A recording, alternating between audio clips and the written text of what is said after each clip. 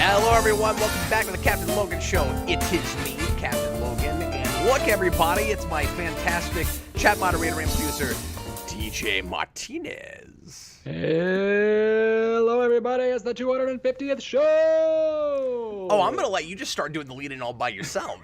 I don't know where that came from. I was just possessed by the spirit of a game show host. See, I didn't know if it was a game show host or if it was Let's Get Ready to Rumble, which I don't think you're legally allowed to do. I think that's copyrighted by that guy, whatever his name, I can't remember his name right now, and if you're not him in a ring or at a basketball court, you cannot do that. Well, hopefully it was technically different enough that we won't hear from his lawyers. Man, if I had a dime for every time I had to go to court with you over stuff like that. Like... Yeah, I've almost bankrupted the channel many times. Folks, somehow or rather, we have managed 250 of these in total now, or we will have once tonight's stream is over. And I just want to thank you guys for popping in and listening to the madness. Thanks for all of the interaction that a lot of you guys do on a weekly, if not some of you guys twice a week basis. It's wonderful. You guys have so much to do with why the show has remained viable and why we continue to do this, not just once now, but twice a week. And we've been doing it that way for quite a while. DJ, the twice a month schedule, are we up to like 6 months of that now? Minus, the kind of Christmas break where we took off? I think so. Probably around there. It's been a while because you or Austin or somebody recently was like, how are we already at 250? And I'm like, well, twice a week for quite a while now. Yeah. And we were twice a week for a long time, and then we dropped back, and now we've been back for, like you said, 6 months. Yeah. We're racking them up. We had to drop back when my girls were born for about a year, and before that we were really only doing it 6 times a month because we would do commentaries on Tuesdays much of the time. And Austin, DJ and I have been talking about doing that some, but still most of the time we're really enjoying doing this twice a week thing. And there's been enough news lately just from Warner Brothers alone to make it worth doing. So anyway, really appreciate you guys, and we're gonna have a really fun time tonight. I'm gonna do a rapid fire show after a little bit of preamble, and I've got a big announcement to make tonight, which I'm going to do at the beginning of the show, because I didn't want you guys to have to sit through a million questions before we got to that, and because I want to make sure that everybody gets the memo, because I took the risk of waiting until now to tell you guys about a thing that we're going to be doing as early as next Friday. So a week from tomorrow is a big event on the channel that I'm going to tell you about here in just a minute. But as always, I want to remind you how the show works. You can leave a super chat in any dollar amount, which guarantees that we'll talk about whatever you want to talk about. Tonight we're doing rapid fire, which means I'm going to go for more clipped answers than I usually do, which means more thorough than your average Q&A on YouTube, but hopefully less thorough than what I usually do. And we're going to try to knock out a bunch of them, as many as we can during the duration of the show. Usually we go for 2 hours. That was the plan tonight. We had a weird technical problem before the show started. Not the technical problem we've been having. I seem to have solved that. I had an epiphany this morning and thought I knew maybe why my CPU was running slow and why we've been having slow streams lately. Looks like everything is running real super smooth right now, and it seems like I figured it out. So I'm not going to get into that because it's boring, but I made it happen, and I fixed my mic too. Look at me. So we're in good shape now. We're as close to 100% as you're ever going to get here. And anyway, so we're not going to be able to do a full 2 hours tonight because I've got to get off as close to 9 o'clock as possible. Other things going on after the stream tonight. But I'll do rapid fire for at least an hour and a half, and we'll do that in just a little bit without too much more preamble. So throw in questions either in Super Chats or in the regular chat there. Don't feel the need to do the donation thing. Just know that everybody who ever has done and ever will do that is very much appreciated. That's how I continue to pretend like this is my full-time job and keep things trucking here on Geekvolution. It makes it viable for me to stream as often as I do and to make all of the insane reviews that we do here on the channel. DJ, it is time for the big announcement. So I have been kind of, as I just kind of alluded to, making a lot of content this year. I'm using this as kind of my catch-up year. Now that my twins are a little bit older and a little bit easier to deal with, I mean, don't get me wrong, they're toddlers, they're running all over the place, it's still a full-time job, but it is easier than it was, and I'm burning the candle a little bit, and I'm doing a lot more than I probably really have time for, but I've really been enjoying it. It's been going well. I'm really liking doing Not Spawn Year, which is, as you can see with the videos, not the most watched thing on the channel, but we've got a nice little diehard group of guys that really love comics and are enjoying that show, and I'm getting good feedback on that. And I said I'd try to do that all year, so regardless of view count, I'm going to keep up with that. I've done a whole month of that. Yay! And I'm so stoked that I haven't fallen behind on that yet. And more of that, of course, to come. But there are a couple of other things like that I want to try to get back to and kind of keep up with. So that was my way to bring back regular vaults again. And I'm trying to do more comic reviews in general, but another thing on my bucket list was, as you could probably guess from my get-up this evening, Smallville. And I've gone back and forth on CryptoFreaks. It was canceled. I brought it back. I canceled it again. I kicked around bringing it back. I put up a poll. I was like, who wants to see regular singular episodes of CryptoFreaks again, and who wants to just see season overviews? And the season overviews got 85% of the vote, DJ. Only 50% of people wanted to see the episode to episode. And so I was kicking around doing that and finding the time on top of other things that I'm doing to sit down and take notes on the show and watch everything and then get, real articulate after a whole season is a little bit of a taller order, especially trying to get back to Simpsons and stuff, which I'm talking about doing. So I came up with a different way to handle it, and a crazy, insane way to handle it that is a very bizarre compromise. And I think you guys are going to have a lot of fun with it, though, everybody that actually likes Smallville and cares about this, because this isn't, of course, going to be for everybody. But I am, in a way, bringing back CryptoFreaks. And once again, I am announcing a new series. This is a follow-up series to CryptoFreaks. I'm not finishing that show in the form that it was. I'm going to handle it in a totally different way, and I feel like it is not going too far to make the promise that all 10 seasons will happen now.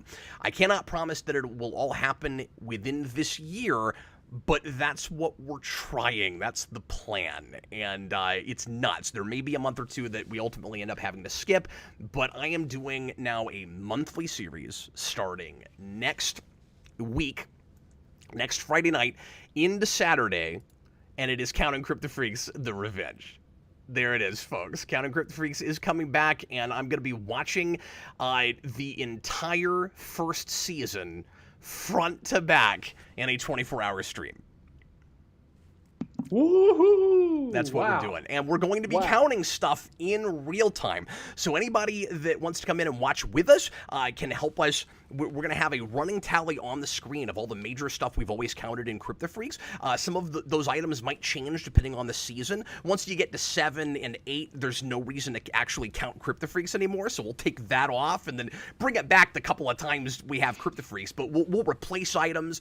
We'll let you guys help us tally it, and we're going to do the whole thing in real time. We're going to comment on it as we watch. We're going to do them like manias, so it'll be semi-blind. I'm not planning on rewatching everything before we do the shows, although there's a couple of seasons that I might give a once-over just because I haven't seen them in a long time. There's whole episodes I've never seen, but then at the same time, I think it would also be kind of fun to react in the moment to things I don't remember. So I don't know how much prep I'm actually going to do for this. This first season, I'm probably going to do none or next to none, and I'm not doing all by myself. I'm going to be joined by John, who a lot of you guys won't know yet, but some of us are going to be spending 16 to 20 hours with him once a month now, so you'll get to know John. But John is a longtime patron. He has been in the old Patreon Discord for a long time. He and I have been talking about doing a series on Buffy together for a long time. I was doing a rewatch of that and Angel, and he and I were supposed to get together and do an overview, and I never got my watch finished. So I was like, who do I know that knows Smallville pretty well and would be willing to do this insane project with me, stay up all night and watch Smallville? And Austin and I were talking about it, and Austin's like, well, it's not me. And I was like, who do we know? And he's like, oh, John, because every time we do calls together on Discord, if you and John are there, you start rambling about Smallville, and the rest of us tune out because we don't know what you're talking about. And I'm like, I'll talk to John. So I love Smallville. Yeah, so he has graciously agreed to come on, and I think you guys are going to like him a lot. He's a lot of fun. He's very funny, and he knows the show pretty well, and I think we'll fill in each other's blind spots a little bit. So that's going to start next Friday night at 10 o'clock Central Time, just like the DCAU 24-hour stream I did a while back. It's going to go from 10 to evening the next day. It only takes, if you didn't stop at all, 16 hours to watch a whole season of that show. So I say 24-hour stream loosely. It won't necessarily be a full 24, but it may be somewhere between 18 and 20. We'll probably take breaks every couple of episodes and really pace ourselves with it. So that's what we're doing. I'll put in timestamps, of course, for all the episodes afterwards, and we will have commentaries on every single episode of Smallville. Eventually. I cannot promise that they'll all be totally articulate, but it will be like the old manias. It should be a lot of fun. It'll be wacky. There will be hijinks. There will be ridiculous things that happen, I am sure, and I'm really, really excited about it. We've been talking about this for a while. I was waiting for DJ to come up with a logo before I announced it, and he outdid himself again. So DJ, thanks a bunch for that. Oh, no problem. It looks fantastic. It was fun, and I'm looking forward to the show. Thanks, man. I should also say, Austin, while I said he's not the guy for this, he will be with us for the first few episodes of most seasons, because Friday night is the night that he and I usually stream together, and I didn't want to kick him out or anything. So, and he has hardly ever seen Smallville, so he will come in and will have seen the first 3 or 4 or 5 episodes of each season, which is going to be really funny. But he's going to come in for a while and then bow out. So yeah, that's what we're doing. Alex Barron says he's quite concerned for my well-being. Agreed. Yeah. A lot of people saying similar thoughts, but we'll be here to support you, man. Well, I appreciate it. It's a long time coming. It seems like this is a test that I've been not studying for 10 years, and it's time to cram, by God. So we're going to get through it. I hope we've got an audience for it, but we're going to make it regardless. And again, pop in after the fact and take a look at episodes that you care about. If you're so inclined, that's what we're doing. It's now time for rapid fire questions. Ask me whatever you want to. I'm going to go as clipped as possible. I'm going to talk this fast the whole show. No, probably not. DJ, are you ready, sir? I'm coming at you. I've got a whole boatload of questions. I'm excited. I can't wait. And just because he has a lot of questions, don't think that you can't ask more, because I'm going to try to go fast. Like Sonic. I got it. Wow. I got to go fast. Are you ready? Please talk. Please answer all the questions in that voice. I still can't do it as well as Austin, but whoa, we gotta go fast. Well, some of us, God-given talents. He's not great at all impressions, but he's got the voice for that one. I don't think I'm going to get to 250 questions. I don't think I can answer that many. That should be the goal. Hey, get out of here with that negative attitude. Is that the goal? That's the goal. Hey DJ, do you want to come on at some point and try to do just like an episode or two of Smallville during the 24-hour streams? Oh sure. I'll come on for a little bit. I'm not going to stay up all night because I'm not a insane person. No, don't feel like you have to. I'll watch some. I started to rewatch. We actually talked a while ago. It was like a year ago now about maybe me switching those over to commentaries a while ago. Yeah. Because I started doing a rewatch with my wife because she had never seen it, but it totally seems like something that she would really like. Every once in a while, she goes back to high school shows that she watched growing up, like One Tree Hill and Gilmore Girls and all. And so it's like one of those, but with superheroes, which I like. So it's like a perfect thing that we could watch together. So we watched like the first 5 episodes, and then it just never happened. So we just fell off of it. But I'll be happy to pop in for some of those, especially the first 3 seasons. Yeah, those are my favorite too. I didn't want you, and I think that's why I'm so excited right now to go back and revisit that stuff and finally complete 3, which took me like 8 years to even get as far as I did. But I didn't want you to feel left out because I know we talked about doing that show together, and I'm sorry that never came together. It just no, it's for the best. We got to a place where it didn't make sense to keep doing that kind of like ongoing serialized thing in that way. But the 24-hour streams, people have really been enjoying, and I've been wanting to do more of them, and this seemed like the right way to do that and fuse those. So, but yeah, come on for whatever you feel like coming on for. I think it's going to be a lot of fun. Sure, I'll pop on. Sometimes, whenever I can, I'll pop in there. Sweet. All right, you ready for some questions? I'm ready. Let's do it, man. I can't wait. 250 is the goal. Here we go. All right, the first one of the night was from Code Anime Fan. Nice, short, and sweet one. Cap, do you plan on reviewing Wednesday? Thank you for reminding me. I meant to watch that shortly after it came out, and I've got a list of a few things. Peacemaker, I think, is probably the next thing I'm going to try to binge, or as close to binge as I can, because I still haven't watched that yet, and we've got the gun slate. But thank you for reminding me of that. Maybe I'll wait until later in the year and do it like in October or something. I mean, I know it just came out, and that's going to be a while, but if I get to it, I'll go ahead and do it. But yes, I do want to talk about that at some point. Sweet. Daniverse, if you were forced to get plastic surgery, how would you alter your appearance? Personally, I'd get rid of that mark on my head. That's such a unique question. Nobody's ever asked me that before. That's definitely a first. Forced to get plastic surgery. Like you're in the witness protection program. Yeah, I'm trying to decide which Star Trek alien with ridges I would go with. It'd be like a Cardassian or a Jem'Hadar maybe, or you can go a little bit more subtle, I guess. Well, I was going to say Trill Spots, but you could just get a tattoo artist for that. I know Austin would just be Killer Croc. Or you could go with the Dave Bautista forehead ridges. Oh, yeah, sure. Yeah, or you could be a Bajoran and just have like little slits in your nose. Sure. I'd probably do something wacky like that.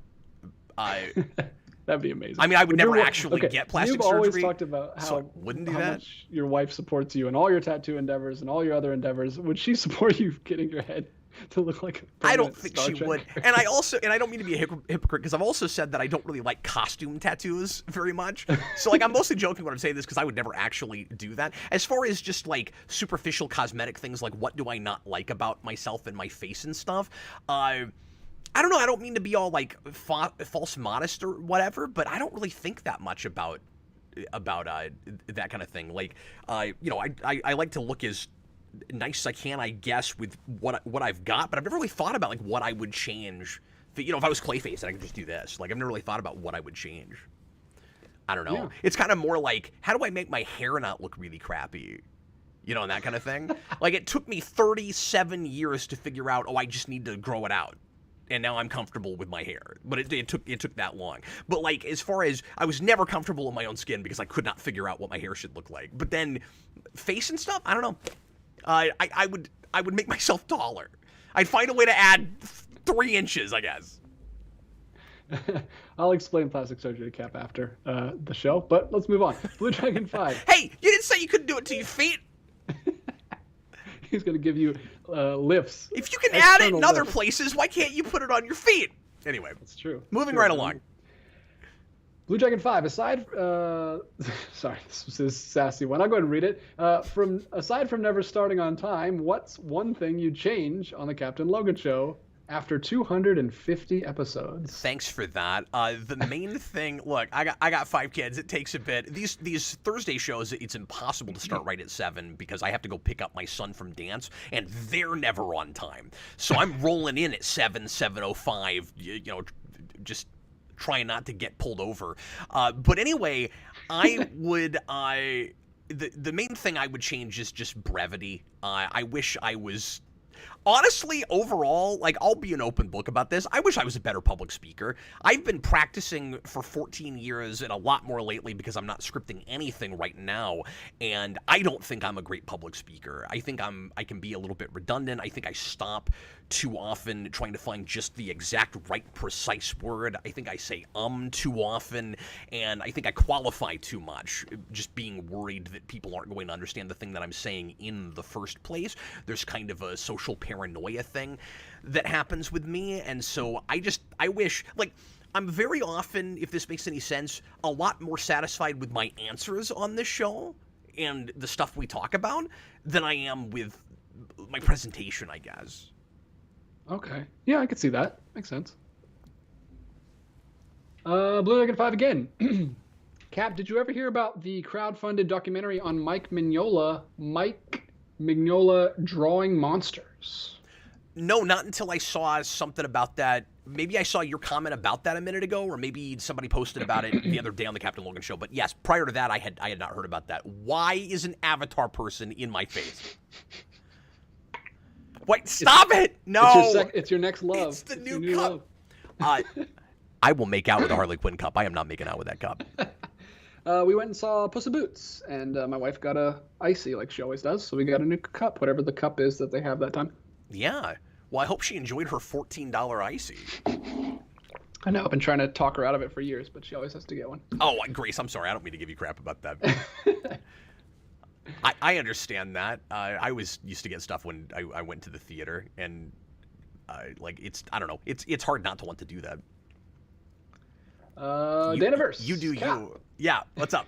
Would you rather get thrown in a vat of toxic chemicals or be bitten by something if you suddenly got superpowers? So which way would you like to get superpowers? Definitely the bite over the chemicals, right? Because, and obviously, as always, I always overthink these things, but like I would assume that the chemicals, there's much more of a possibility that it will like dramatically alter your opinion, your appearance, and maybe for the worse. Whereas a bite traditionally, sometimes it turns you into a giant monster, and sometimes it takes a while, like with Man Spider, but usually it just gives you superpowers. So you have like momentary discomfort, like getting a shot or something, or being stung by a bee, versus, horrible discomfort, maybe forever, and also maybe turning you into a total crazy psychotic person. Because usually that of chemicals makes you nuts, and the bite just gives you superpowers. I think most people would say the bite, right? Yeah, I'd take the bite. Although the first Raimi Spider-Man movie makes it seem really horrible. He's not feeling good, but it's only one night.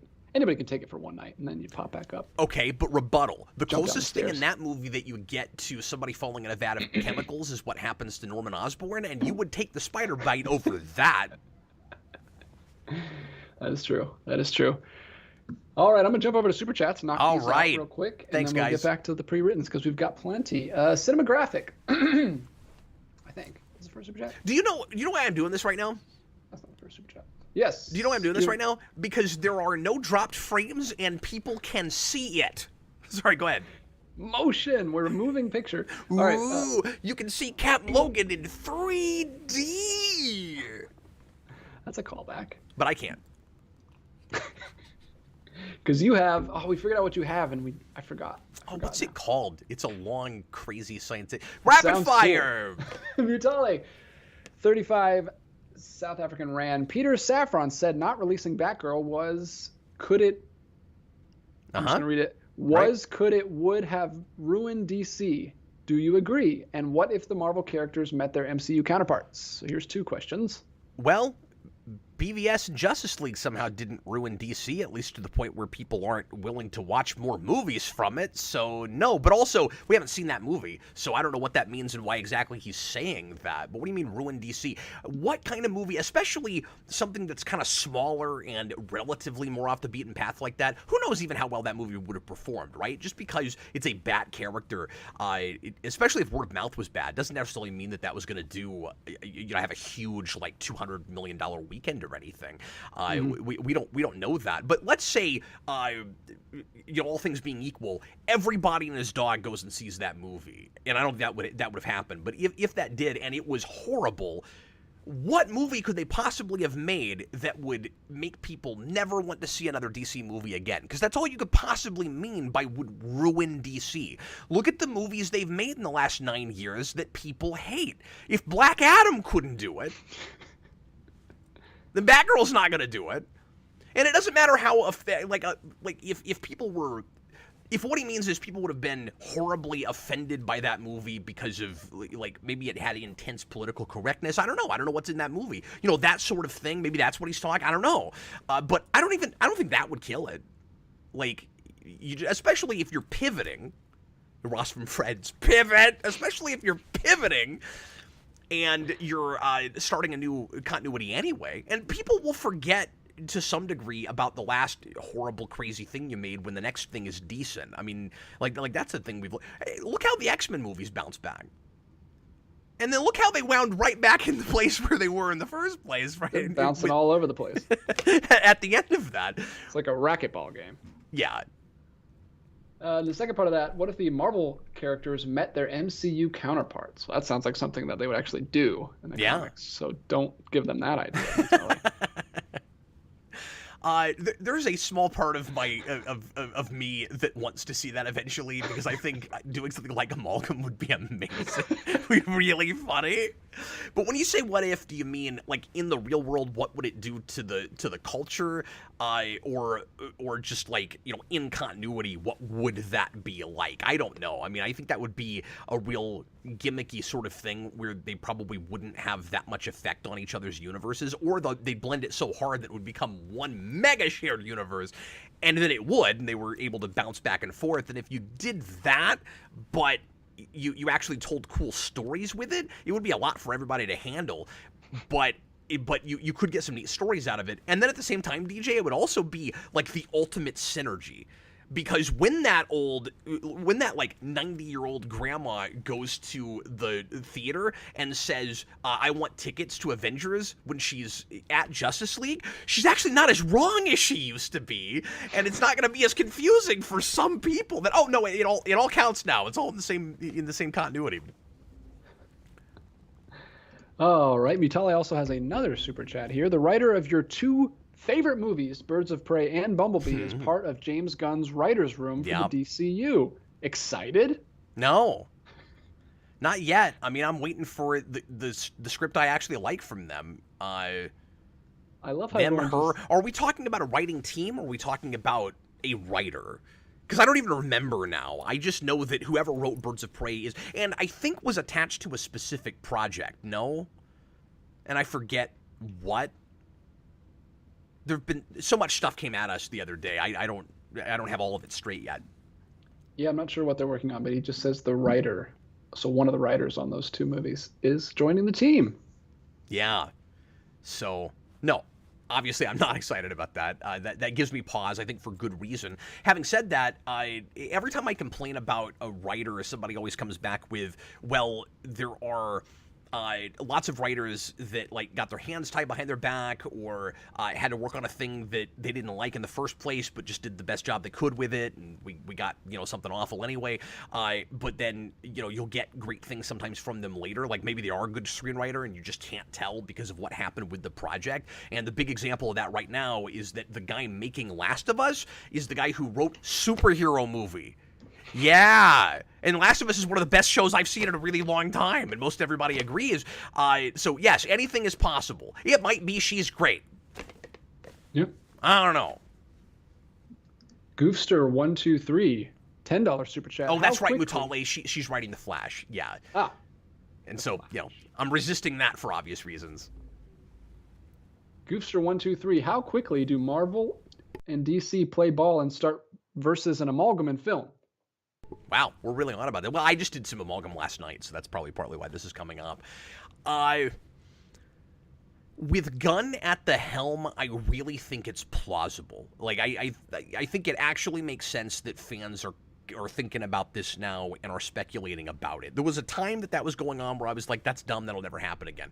I've said this a lot, but like, you'll never get that Roger Rabbit situation again where you get Mickey Mouse and Donald Duck in the same movie. I think that actually is plausible at this point because Gunn and I'm using that as an analogy, but well, you said Mickey Mouse and Donald Duck. That's why. Oh, did I? Those would never show up in a thing together. Mickey Mouse and see, this is what happens when I'm talking fast. And Bugs Bunny. You'll never get that in a movie. I quit. I'm done. That's it. Sorry. No. I'm glad you corrected me on that. Thank you. What was I talking about? With Gunn at the helm and having such a good relationship with the heads of both of those companies, I think it would be naive to think that he's never had that thought, is all I'm thinking. And I think the one person on the planet that could get that done is him, because he has the most unique career now of anybody working for two big studios that are in direct competition with genres like this, where he got fired from one, went and made a successful, relatively movie for another, and then got rehired back at that first one, and then the other one that he went to was in shambles and desperately needed somebody, and now all of a sudden, he's the king of both DC and Marvel. I mean, he's not running Marvel, obviously, but, and it's also really funny that Disney went to, that Warner's went to Feige. Apparently that really did happen. Hey, Feige, do you want to run DC? And I don't know if you know this, but I have a job. I have that exact job. Yeah, I'm very busy. That's like if a manager of McDonald's is asked by Burger King to manage a Burger King. Like, what's in it for me? Like, I guess if they gave him a lot more money, but okay.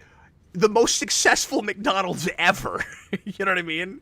Yeah. He's got massive tenure. Come work for us. Nah, I'm pretty cushy over here. Thank you very much. All right, moving right along. All right, there's two more parts to his super chat. The other one my goodness. What project on the slate do you think is most likely to not happen? Oh, if something were to get canceled? Honestly, I don't think that will happen. I think Gunn's got a lot of credibility to build with at least some folks, and I think he's going to do everything in his power to make sure that everything he's talking about happens. Real quick, sorry, I should also mention, because a lot of people have brought this up, and remember that on Tuesday I was just reacting to the slate as we were hearing it, and I didn't have any other information in front of me because I didn't have time to go through it. I was aware even at that point that what we were getting with that slate wasn't everything, and I didn't realize how little we were getting. He says that it's only about half, that there's quite a bit more to come, and that that he just couldn't announce everything yet, which means that their irons are very thickly in the fire with some of that stuff. I think that for the projects that he's announced, they're not telling us all the writers and directors yet. Stuff is starting to come out, but I think they've got people attached to everything there, and I think they're maybe waiting to attach some people for some of the other projects, potentially. But yeah, of everything, if anything was to get axed,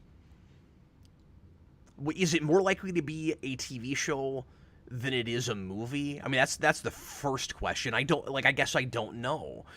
No, I really think both those TV shows will happen. All three. Booster Gold and the Amazon show. And Green Lantern. Green Lantern, yeah. Well, Lanterns will not get. That'll definitely happen, I think. Yeah, I don't know. Maybe the Authority, but no, because that's a passion project for him. He'll make sure that happens.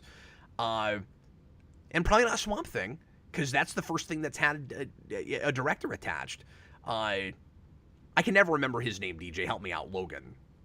Indiana Jones 5. Mangold. Yeah, Mangold apparently is making Swamp Thing, which I think is great. I think that's a great director choice for that. I'm excited about that.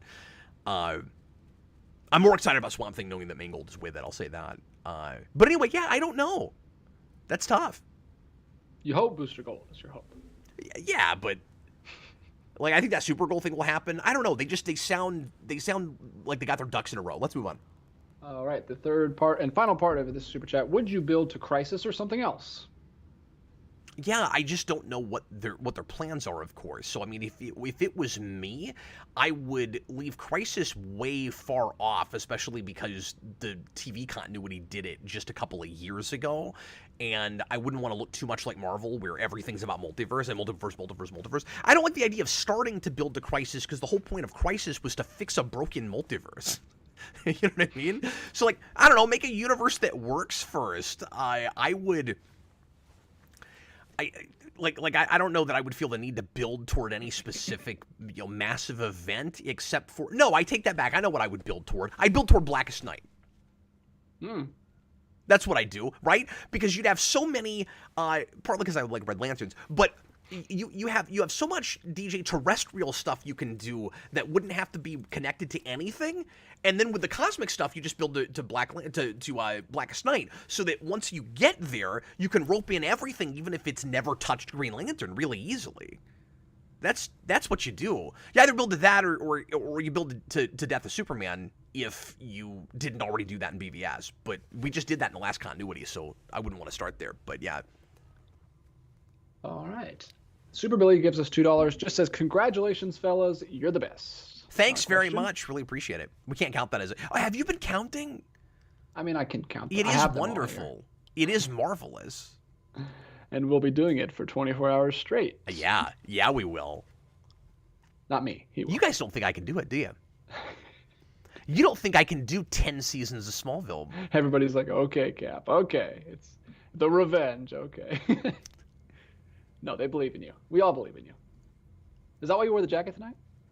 Yeah, and also because it keeps me safe when I'm jogging at night. I wouldn't think it would. It's totally black. Oh yeah, that's it would true. Make you more likely to get hit. It keeps me warmer than if I wasn't wearing a jacket. Maybe not safe, but warmer. Huh. Hopefully that can be said about every jacket. T-Edge1, $2. This jacket makes me colder than short sleeves. T-Edge1 gives us $2. Just says, "What time will you start?" We did that already. We already started. Refresh your page. I love that was a question. I don't know. Maybe he's talking about the Smallville show. I don't know. Yeah. If you're talking about the Smallville show, that's going to be next. As I said, now I feel like I'm just at a restaurant. Somebody's calling to ask about our hours. Next Friday night at 10 o'clock Central Time, my time, we're going to be going until the season is over. So all the way into Saturday, and probably at least until 6, if not 8 p.m. the next day. But it won't be a full, well, maybe not even that long. It won't be a full 24 hours. I think we can do it in less than 20, even with breaks. We'll have to have at least a couple of 15, 20-minute or better breaks for dinner and stuff. But yeah, that's when we're starting. And then after that, I'm shooting for as close to monthly as possible. We'll see how bad the fatigue is.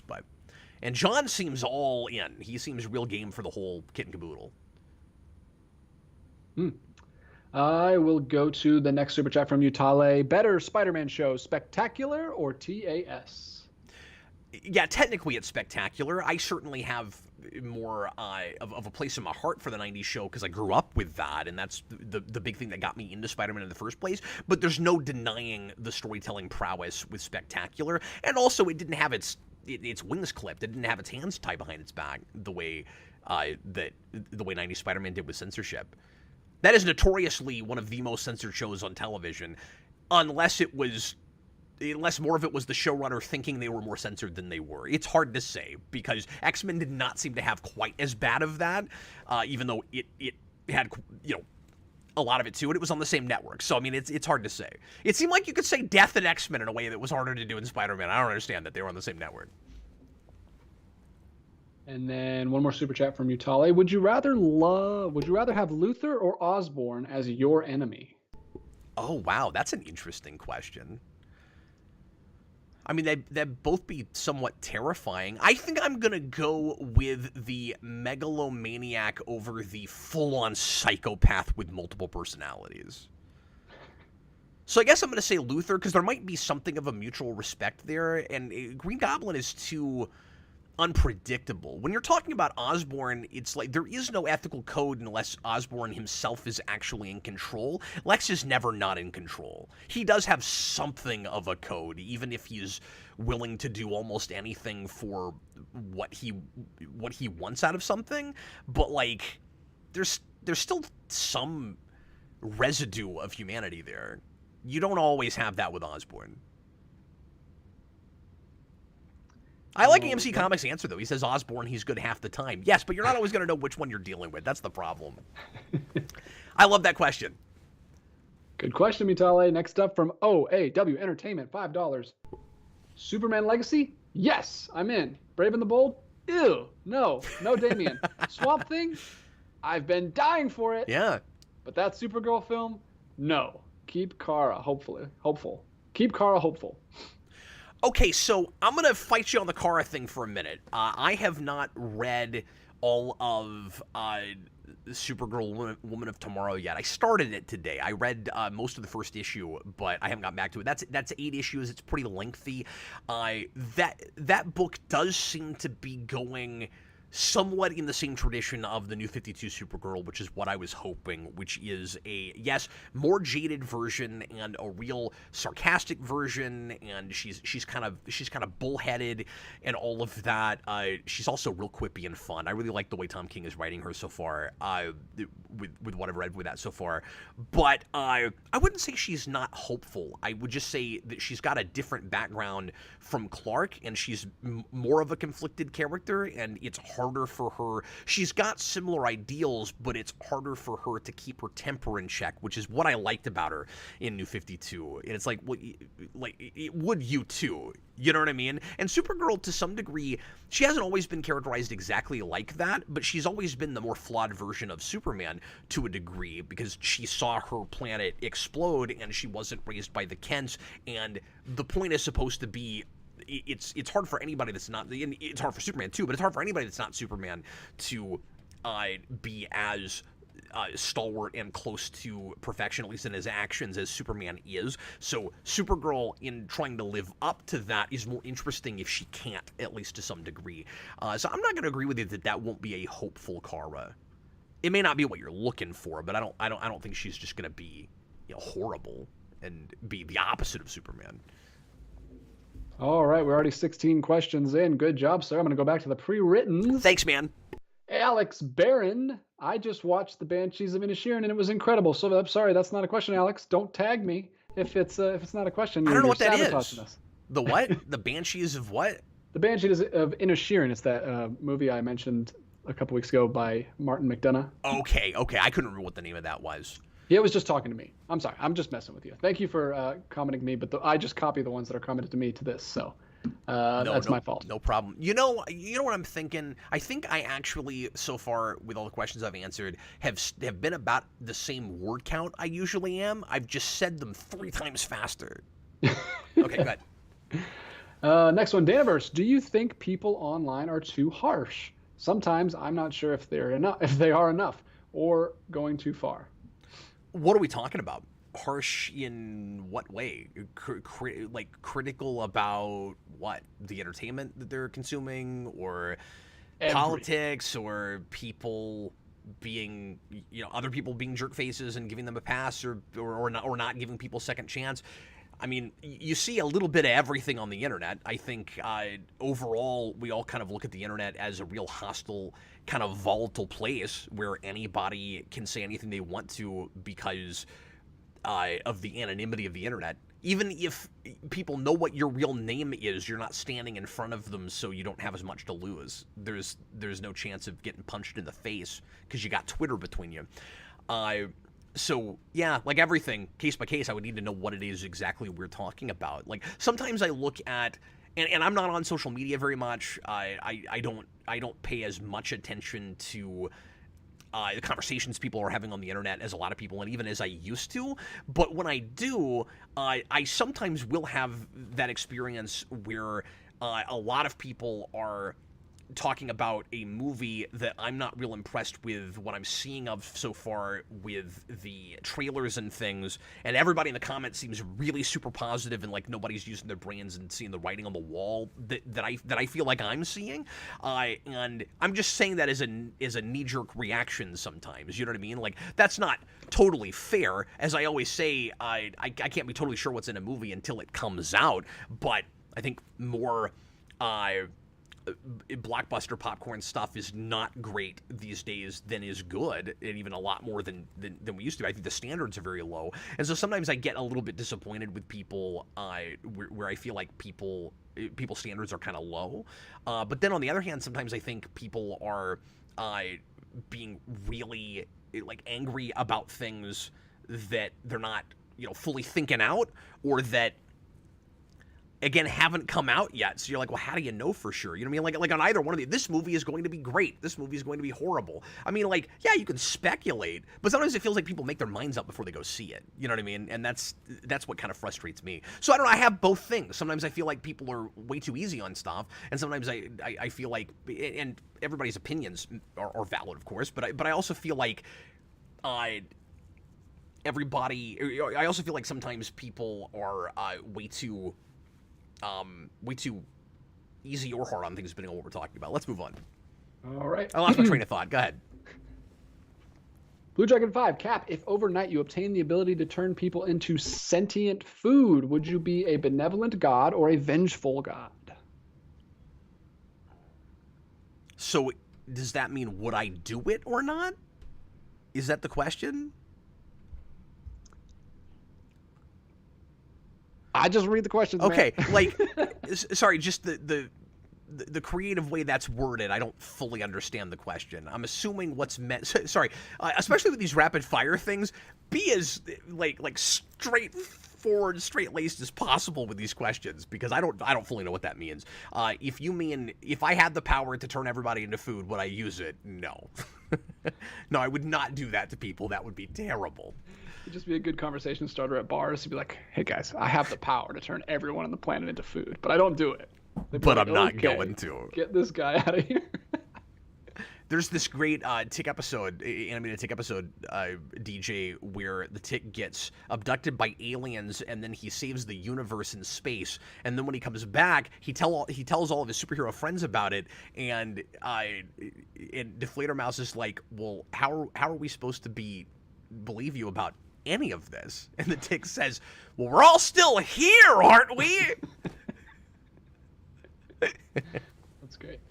Let me see. I don't know if I should count that one or not. Code Anime Fan, Cap, will you give DJ a raise? The short answer is no. We have the arrangement we have. It wouldn't make a lot of sense. It's to do not that. up to you. You don't control how much I make. I guess we'll just say that. Not exactly.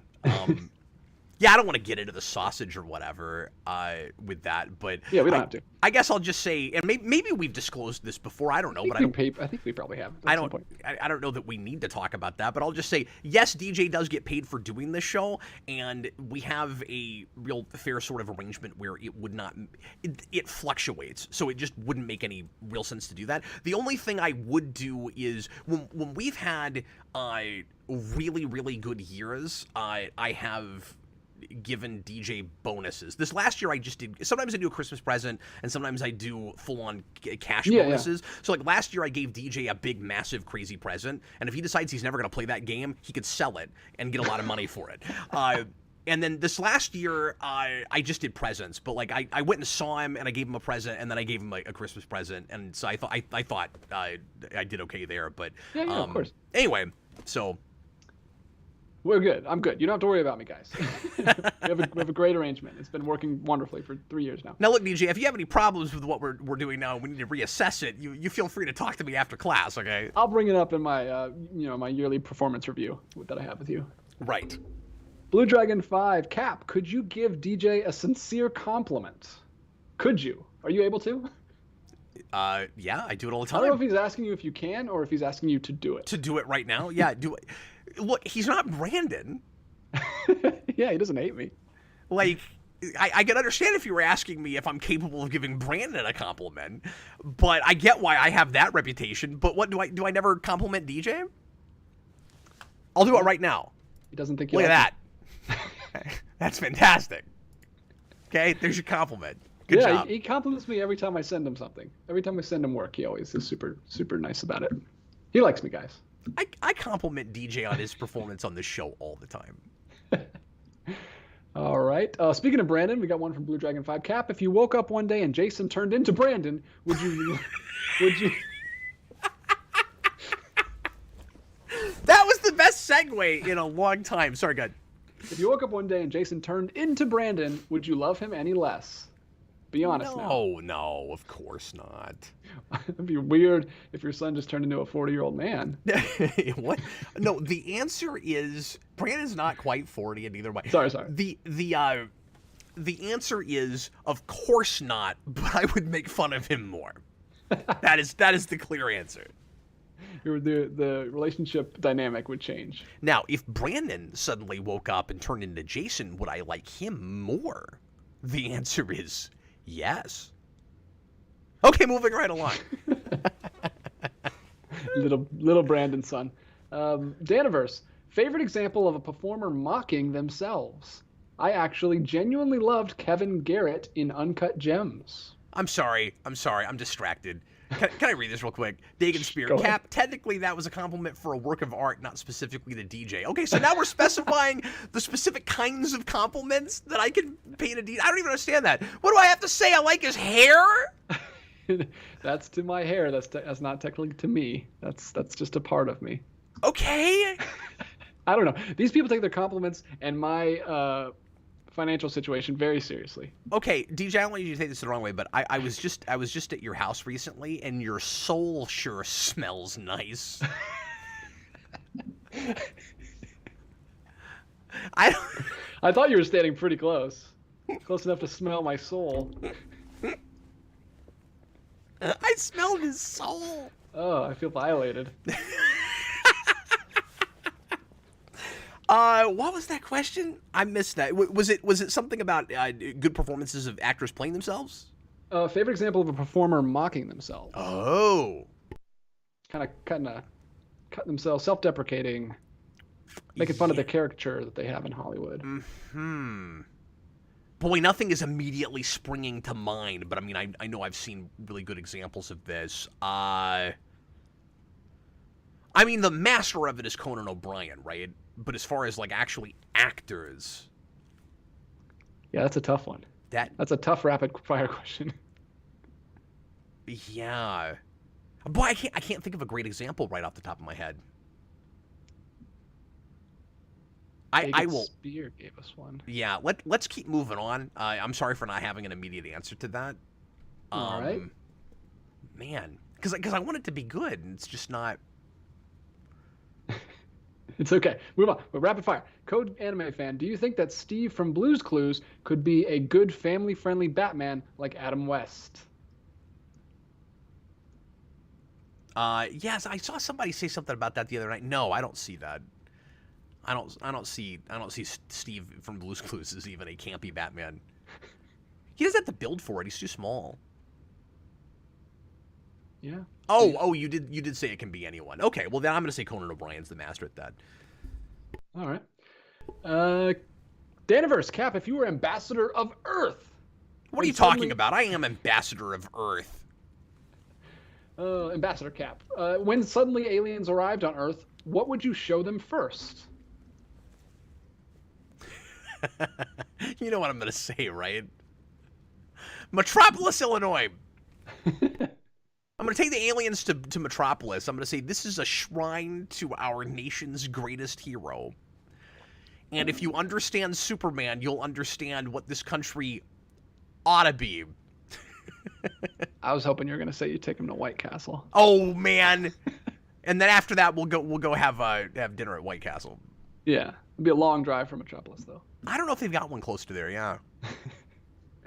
Blue Dragon 5, Cap and DJ's wives hosted the Captain Logan show. They have to change the title, I think. Yeah, he said if they hosted the Captain Logan show, would it start on time? He's really on this time thing tonight. He's like the clock king over here. I'm sorry, I must have missed part of that. Can you read that again? If our wives hosted the Captain Logan show, would it start on time? Well, I can't speak for your wife, but I'm going to say no for mine, not because Sarah's not punctual, but because the same things that stop me from starting on time would stop her from starting on time. We live in the same house and we deal with the same kids. Yeah. Yeah, it's not a character thing. And she would also be dealing with my hardware and software, which sometimes has given us issues. Yeah. Cap has to come in and just like knock it on the side of the CPU for it to go. He knows all the secrets to get it going. And look, I don't mean to be unprofessional and stuff. Maybe I'll have to just start saying, look, the start time is like a guideline. Okay, we're gonna be real close to there, but it's not always. Again, not to throw people under the bus. It's not always my fault. Like sometimes I'm here, like I try to get as close to 10 minutes early at my desk as possible, and then even being here and ready to go, stuff goes wrong, or my co-host doesn't show up until right on time. Like that happens sometimes too. And again, not giving anybody crap, Austin, on the days that we do our shows, he gets off work and is like walking into the door practically when it's time for us to sit down and record. And the only reason we don't give him more time is because we're already starting at 10 my time. It's 11 his time. Yeah. We just got a super chat. Oh, 2 super chats. Robert Wild, favorite episode of The Last of Us so far? $2. Yeah, I think as far as individual episodes go, just standing on their own, it's got to be that last one. It's got to be 3. That's such a wonderful study of a relationship, and it is textbook how to tell a complete story beginning to end that takes place over a long period of time. Yeah, that's a tearjerker, man. That's good stuff. Sweet. Glad you're liking that. That's how you do it. Everybody needs to be looking at that show. And when I say everybody, I mean people that are also making television need to be looking at that show. Moving right along. Yeah, I don't know how HBO does it. I don't know how their quality control is crazy. John Ty. It's really good. Tom King has started that Supergirl Woman of Tomorrow comic. Has stated that Supergirl Woman of Tomorrow comic is True Grit, but in space. Oh. That's not a question. Just a $5 statement. Thanks very much. Sorry, I missed that it was a super chat. I apologize. I'm not trying to belittle you for leaving. I appreciate that. I did not know he had said that, and I haven't read enough of it yet to get exactly True Grit vibes. But what I was getting so far was I can see the kind of Western influence, but it was so far feeling, yes, it's in space, but it was feeling real kind of pulp fantasy-esque to me, almost like a futuristic or cosmic kind of Conan kind of thing. So far, I don't know if it'll stick around that way, but another super chat from DNA, $5. Do you think Gunn is writing Superman because it's the first movie out, or it's the first out because Gunn is writing it? I think, or are they unrelated? I think he's writing it for the very potentially. I don't know. I can't get it in his head. This would be a question I would ask him if I interviewed him. Probably if somehow I got to interview him next week on the Captain Logan show. Stop that! No, of course that would never happen. But I think it's likely to be for the very reason that before that was, and I don't mean to toot my own horn when I say this, well before he was ever even named head of DC Films, DC Studios now, I said I'd like to see Gunn do a Superman movie.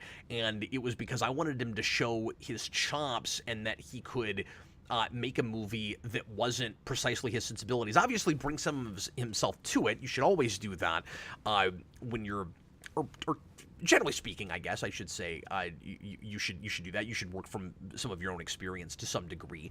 But I wanted to see him prove that he could do a thing that wasn't just for anti-heroes and that was more accessible for families and stuff. And I think that might be why he's doing that, to show that he's got that kind of versatility. And yes, there probably is some foundational stuff too. I mean, he is the architect of this universe, and he's going to be giving most of these projects to different artists, and he's claiming, of course, that he's not going to have reins on them, and he's going to let people make them their way, which is great if it works out that way. I still see his imprint on the selections a lot, but letting different artists make their stuff is what he should be doing. But creating a blueprint with your first project, whatever that is, when you have the distinction of, and you're in the unique position of also being a filmmaker yourself when you're the architect of it, makes perfect sense. DJ, if I'm doing that job and I was a accomplished director, yeah, I'd make the first movie. Like, of course you would. I don't think that's self-indulgent or anything. I think that just makes sense. Goofster123, $5. Self-serving. Self-serving is the right word. I was trying to think of that for an hour and 45 straight minutes last show. Would you let Jason audition for the role of Damien? He'd be great. Yeah, I would. Yeah, I'd let Jason audition for just about anything. All right, son, I'm going to hate this movie no matter what you do in this role, but I'm still going to support you. You can help us fix it. Look, maybe they can turn me more around on that character. Again, I've liked Damien and things. A lot of it with Damien for me is just the principle thing. I never liked the idea of Batman having, like, a cloned kid like that. If he was going to have a kid, I wish he just had a kid. That was some of it. I never liked the premise of Damien. Let me see. Where are we? John Ty. Tom King has stated something that I already read. Mutale. James Gunn. I'm having deja vu. Was it the same cat? Sorry, go ahead. James Gunn confirmed The Flash is a soft reboot. Yeah, he confirmed it in that he is using a lot of really diplomatic language right now, and it is possible that that's absolutely how they'll treat it. It's also possible that there are some lines to read between. And Austin and I have been talking back and forth about this a lot off camera.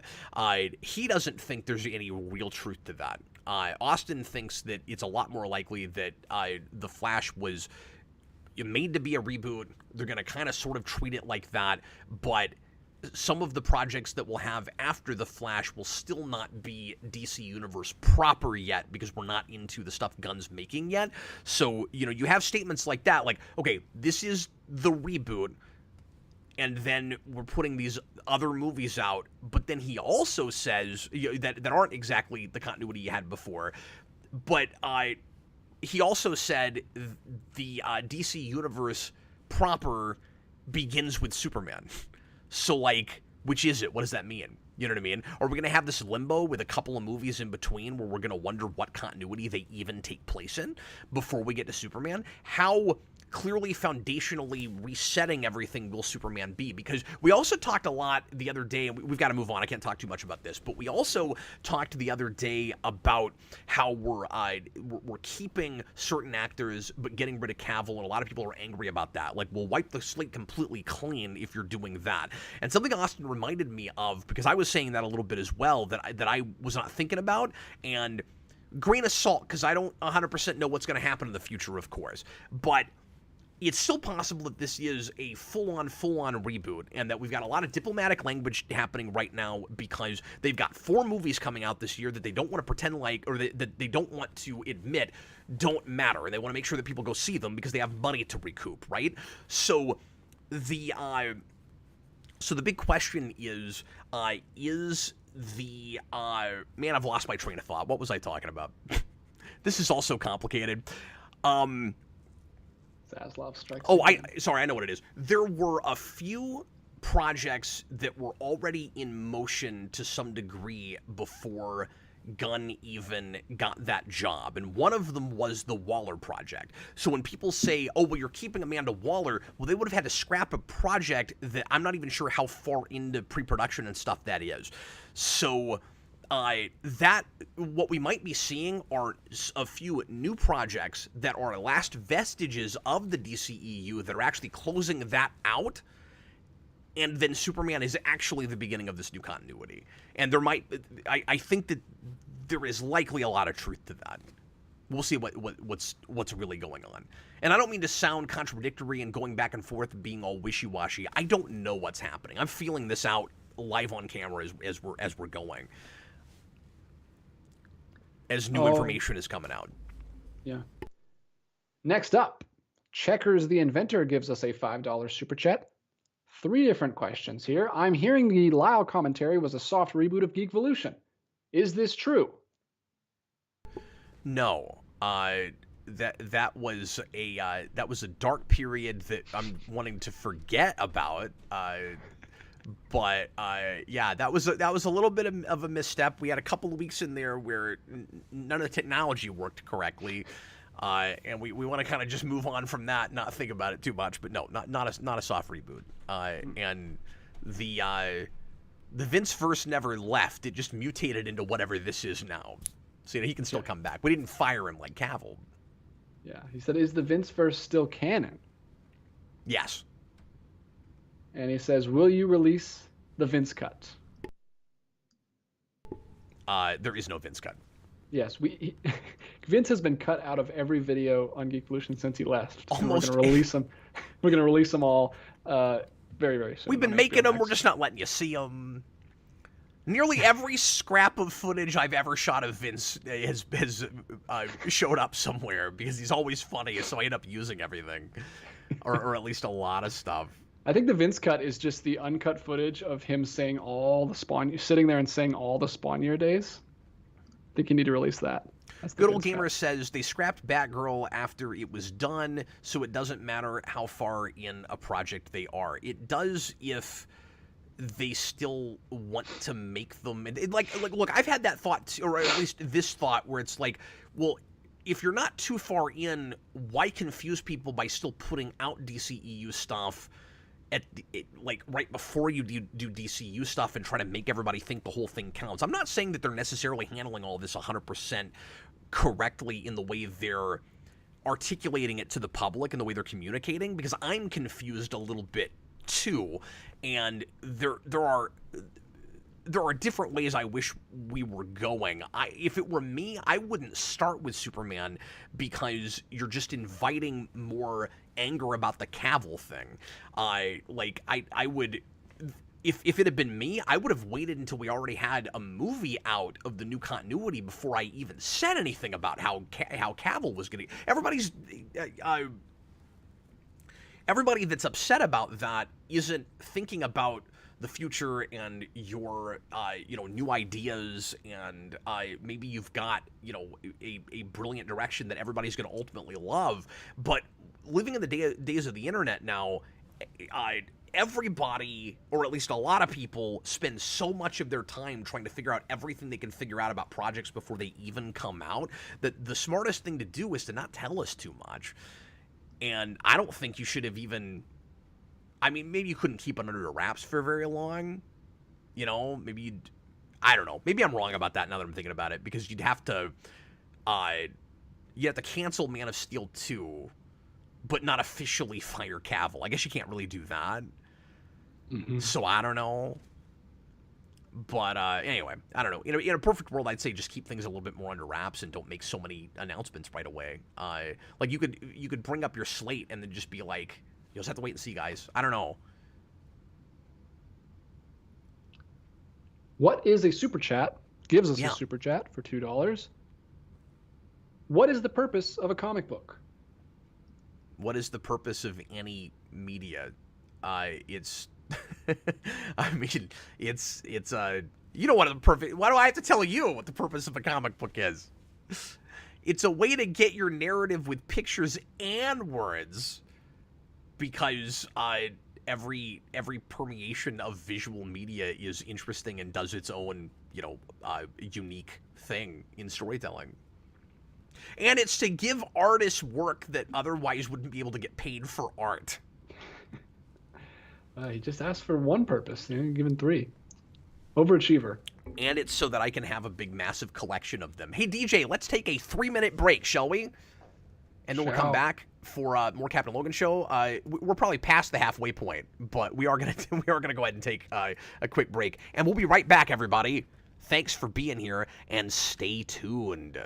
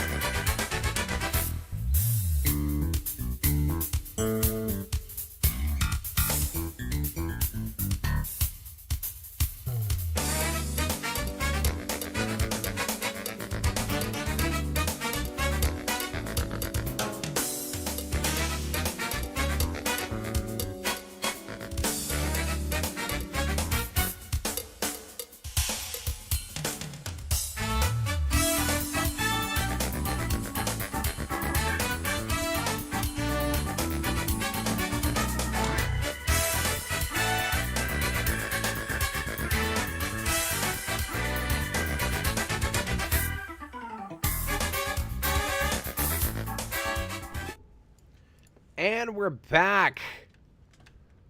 All right, DJ, we got to get rolling a little quicker here. What's happening? What else do you see? Hot soup. $2. Has Damian Wayne ever been good in anything? I feel like there's a couple of animated movies where I liked him a little bit more. You know where I've liked him okay? That first run, I'm thinking comics now. That first run of Super Sons, I liked him okay there. Or the first couple trades of that. I haven't read anything past that. But yeah, I've liked him okay in things here and there. Cool. John Ty, $5. When can we expect a comic vault on Supergirl Woman of Tomorrow? In the not too distant future. Like I said, I started reading it today, and Austin's been bought it in digital and was gonna start reading it yesterday until I told him I wanted to review it with him, and then he said he'd hold off. So I'm starting to read it so that he doesn't have to wait. So hopefully we can work in an extra day somewhere in the next couple weeks and go ahead and review that for you. But we want to do that soon. And I'd like to do some of the Authority at some point now that that's been announced, since I've never read that before. Maybe we'll just go the whole kit and caboodle, and at some point we'll look at Alan Moore's Swamp Thing and just do as much of the source material for this stuff as we can. It'll be the most giddy you ever see Austin on a stream.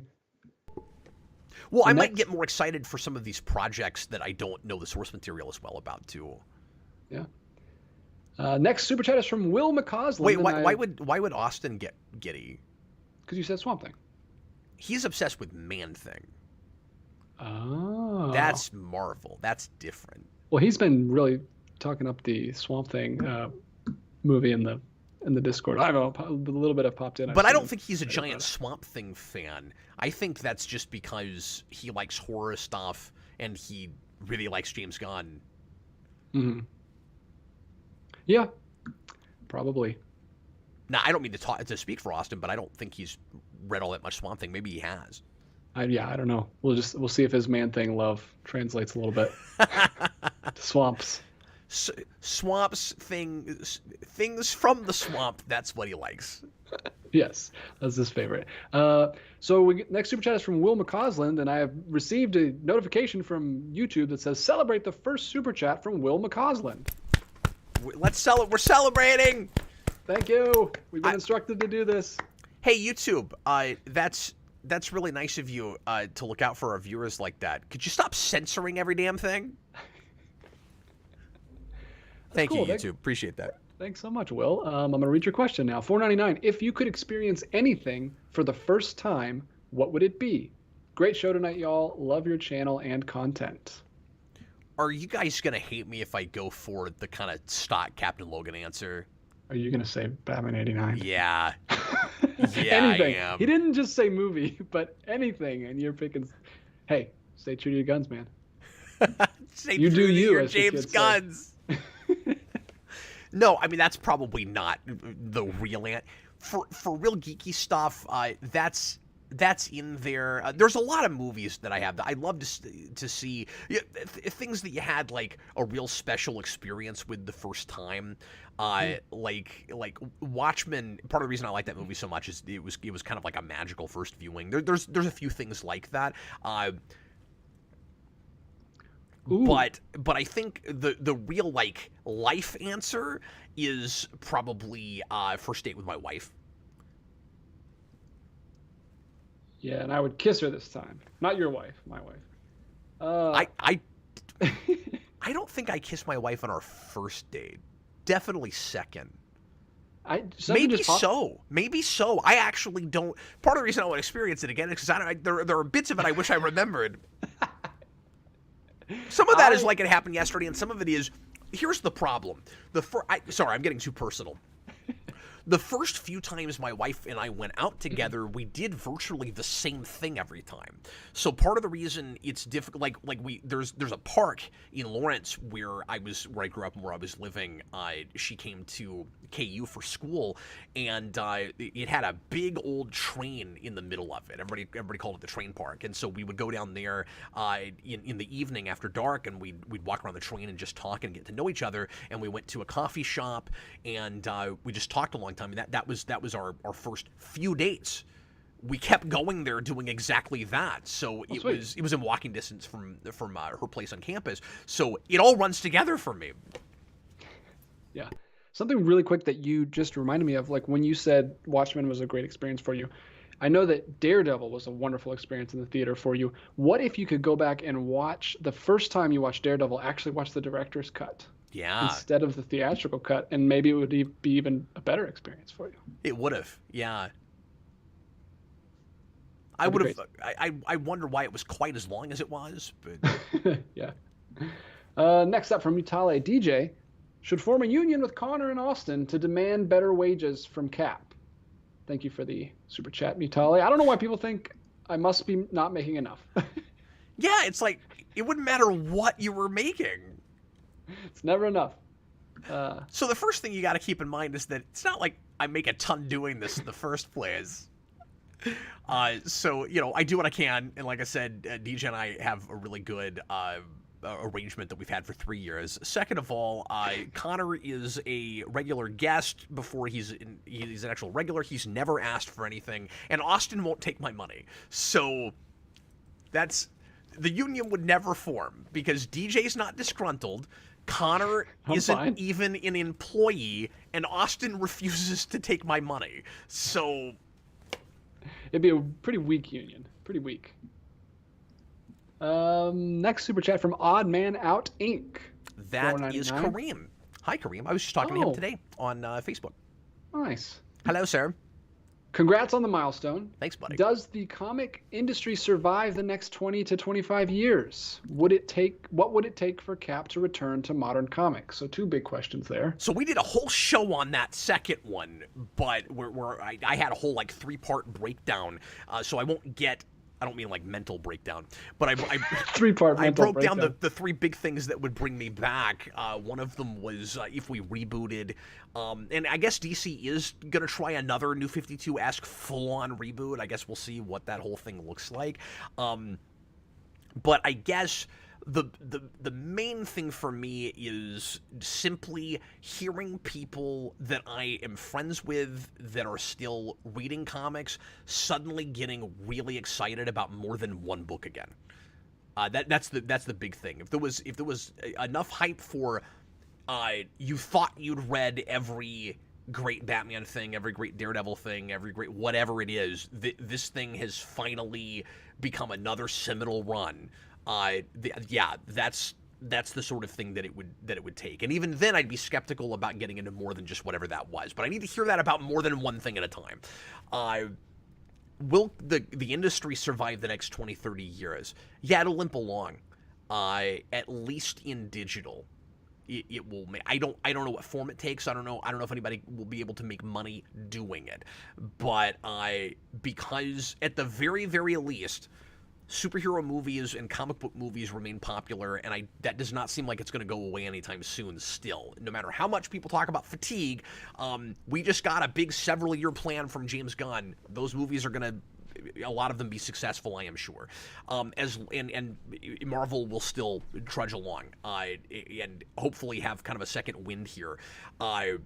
Having to go up against DC, which hopefully will be really good movies, and they'll be in really good, healthy competition. But my point is, while all that is going on, the comics will at least exist to continue to promote that, at the very least. And there's a healthy, if not small, base for independent comics that is around and remains strong.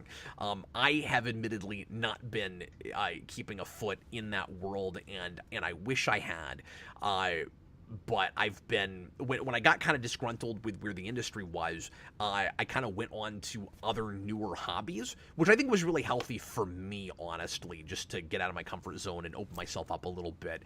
And so I got into board games and in painting and some things I never thought I would do. I cook now, just some things I never thought I would do. If I hadn't gotten out of comics, DJ, I like new comics as much, I don't know if I ever would have started some things that have been really good for me personally and just development and growth and all that. Yeah, that's true. That's very interesting. I'm sorry, I talk about myself way too much. Go ahead. Captain Logan Show. It's in the title. Mutale. Would you rather, 35ZAR, would you rather have a Na'vi body or a cyborg body like Alita? And is there any new anime that you have watched recently? The Na'vi kind of creeped me out, so I'd definitely go with the cyborg body, even if it meant I couldn't physically actually feel anything. That's interesting, though, because, yeah, when you say Alita, it's just interesting that you went specifically with that. I was going to say that feels somewhat Avatar-esque, but I guess just because it's a person that was put into another body as opposed to being a... right? Like, or does she have any components left of herself from the first place? I think that's 100% she's put into a robot body. It's been a while. And I'm sorry, what was the other question? Is there any new anime that you have watched recently? Not new anime, but if you just mean... Well, yes, I did watch the first half, I think, of High-Rise Invasion, which is just bizarre. That's on Netflix, and I started watching that to review it, and then I couldn't make heads or tails of some of what was happening, and I felt really weird about trying to talk about it, and I wanted to finish that season before I said anything about it. Now I'll probably have to rewatch it. I am watching another anime right now that I'm, 13, 14 episodes into, I think. And I don't want to tell you what that is yet, because I will probably review what I've seen so far sometime next week. I want to do that this week. It hasn't happened yet. But I found out that show is 75 episodes long, so I'm not going to watch the whole thing before I talk about it. I'll probably just go on and check in and say, hey, I'm watching this. Here's my first impressions of it. But that one is not a brand new thing. But I'm going to wait and tell you what that is. Okay, go ahead, DJ. Next super chat. Checkers the inventor. Hi. Always with the very serious, hard-hitting questions. Congrats on 250. What's the worst 250th TV episode? I don't know, but because there's not very many shows that, of course, have been on that long, but I guarantee you it's at least a news program or a game show. Probably so. Or it might be a children's show. That's entirely possible. But I can't rattle off a lot of 250th episodes right this minute. Well, that's your problem. That sounds like a personal problem. You should fix that pronto. I know. I'm supposed to be prepared for anything. We have answered 24 super chat questions and 14 regular chat questions, which puts us at 38. Okay, well, that's not anywhere near 250, but it's not bad. It's not bad. It's not bad. It's great. Jer Bear. Hi. What are the pros and cons regarding where you both live? That's a cool question. You go first. Because he asked you too, so. Oh, I love where I live because it is big enough city that, because I don't live right in Atlanta, I live in Marietta, and it is a big enough city that I have everything I need real close, which is not a lot. Restaurants, movie theater, Target. but hey, having a Target close is really damn important. Yeah, everything's right there within 5 minutes or whatever. But I also live far enough out that there's like a bunch of farmland. Like the ride to take my kids to school in the morning is beautiful, especially in the fall. Like how many we cows see so many do you horses. See? Not many cows. Like multiple horses, like 24 horses. Lots of horses. There's like a horse riding, teaching farm right down the road, and then we just see a bunch of other people with horses. It's beautiful. So it's a good mix. Cons. Traffic. Oh, Deanna Versette's a good point. It probably is like an adult animated show that ran too long, right? That's probably what the worst 250th episode is. I didn't think of that. Yeah, The Real Housewives of Atlanta got 302 episodes. Yeah, AMC was like, no, it must be a reality show. That's a good point. Like, what's the 250th episode of The Bachelor like? Or, like, I can't even compare those to themselves because I haven't seen. I mean, I've seen some reality TV, but I don't think I've ever paid attention to one that would have gotten 250 episodes. I've just got a wiki article pulled up. The fact that Keeping Up with the Kardashians has 280 plus episodes That's is unfortunate. Just sad. Makes me feel bad. It's probably that then, right? And somebody owns all of that too. Real quick, pros and cons to where I live. The main con is being in the middle of the country. You get the best and worst of both worlds as far as weather goes. So it is cold here 3-4 months out of the year, sometimes closer to 5 or 6. And that's a pain. It can be April and it still feels like winter sometimes. And then sometimes you just don't even get much of a winter. If you owned a motorcycle, you wouldn't be able to ride it more than half the year, which is the only reason I haven't bought one yet, because I've always wanted to learn to ride a motorcycle, and I still kick it around, and then I'm like, I live in Kansas, that's stupid. Why would I do that? As far as specifically where I live, I kind of have the same thing DJ does, where real convenient location where I'm close to every kind of thing I might want to go do. I'm 15 minutes away from downtown Kansas City, where all the big historic stuff is, and where, if you want to go to arcades and do shows, go see jazz performances, any of that stuff, it's all real close, and I'm not actually, in the city proper. It's more of a suburb. So I have the same thing that DJ does, where there also is like a lot of farmland, and we're in Kansas, so of course, and you get the best of both worlds, where there's a lot of rural, but then there's also a lot of big city, and I like both of those things. So yeah, it's a great area, a lot of good old culture and stuff. Yeah, another con for me: we don't get any snow. It's very sad. Grass is always greener, man, or the snow is always whiter, I guess, because I could do without snow at this point. Like, that's fine. Code Anime Fan, do you like Frank Gorshin more as the Riddler or Hugo Strange? The Riddler, certainly. Blue Dragon 5, Cap and DJ, what is the key to being a good parent? remembering so I'm going to say the main thing, and I never want to oversimplify this, but if I have to boil it down to one thing, DJ, I guess I'll go first, and then I think there's like it's like a whole janitor's set of keys. I don't think it's one key, but yeah, and also it's the keys kind of change a little bit, right? If we can keep stretching this metaphor, there's a lot of different doors with a lot of different kind of locks, but I'm going to say the main thing is remembering what it was like to be a child. Like, the most important thing is keeping your inner child there so that you can continue to sympathize with your kids, because it's so easy to expect maturity that's just not there yet and that can't be there yet, and it's your job to get them to that maturity. So when you take things out on your kids because they're not to a mentally developed place that you want them to be yet, well, that's either your fault or it's biology, and either way you slice that, it ain't on them. So that's the most important thing, is you've got, like, you don't want to be a child too much with your kids. I'm not saying never grow up. You have to remember what it was like to be a kid. Yeah, it's great. Blue Dragon 5 Cap, what do you have? He said both, so I want your answer too, DJ. Oh, geez. I don't know. You can't just say you pick mine either, because there's a lot of keys. I know, but it's that's the thing. It's hard to narrow it down to just one thing. Like, I think, honestly,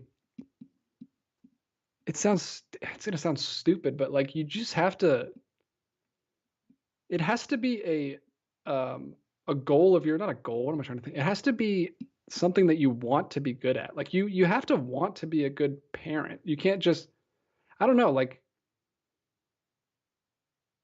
it has to be really important to you, because otherwise you're not going to work at it. You're not going to continue to try to be better at it. It's not even going to be in your mind. You're just going to be like living paycheck to paycheck, but I guess just day by day, and like, just, I don't know. I can't even say what I'm trying to say, but like, it's something that's very important. Not just like having kids, but being a good dad is something that's super important to me that I didn't know it was at all, because I never wanted to have kids. So it took me. That's why I kind of hate when people are like, "Oh, I'm not ready to have kids." You're never ready. And even if you think you don't want to have kids, you might love it. I had no idea it was gonna be that important to me until I did it. The catch-22 is you're not really gonna know until you do, and from as sappy as it sounds, for most of us, you just adjust and you fall in love with your kids, and at the end of the day, there is kind of a biological component to this, where most of us, all things being equal, are genetically predisposed to want to take care of our children. You know, so you do have that going for you, but at the same time, it can be work to keep the motivation up. And I think, going along with what you're saying, I think this is really related. You kind of got to remember that it was, I mean, in some cases it wasn't your decision in the first place, but you still have a responsibility, especially if you decided to have kids and they irritate you and you feel like you have better things to do. Just remember, you made that bed and they didn't ask to be born.